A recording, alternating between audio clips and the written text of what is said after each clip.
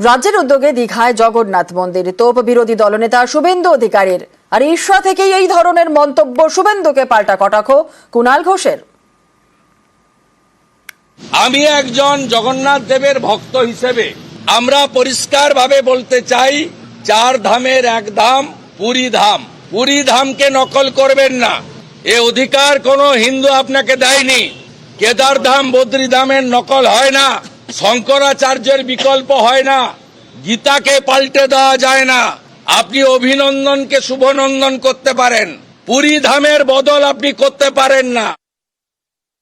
ভাবতে পারেন জগন্নাথ দেবের মন্দির সেটা তৈরি হচ্ছে, তাই নিয়ে কটাক্ষ।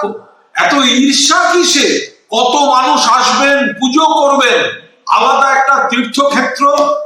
সারা পৃথিবীর বুকে পশ্চিমবঙ্গের যে আকর্ষণ, তাতে নতুন মুকুটের নতুন পালক যোগ হবে।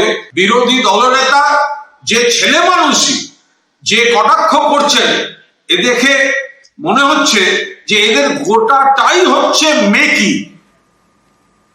ইন্ডিয়ার মুখ মমতা, আর মমতা নেতৃত্বের পক্ষে সওয়াল লালু শরদ পাওয়ারদের। বিরোধী নেতাদের ধন্যবাদ মমতার।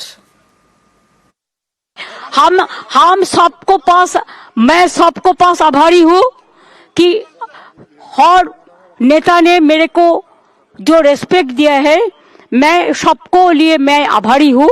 मैं सबको सुस्वास्थ्य कामना करती हूँ और ये लोग अच्छा रहे, इसको पार्टी अच्छा रहे, इंडिया अच्छा रहे, ये हम चाहती हूँ।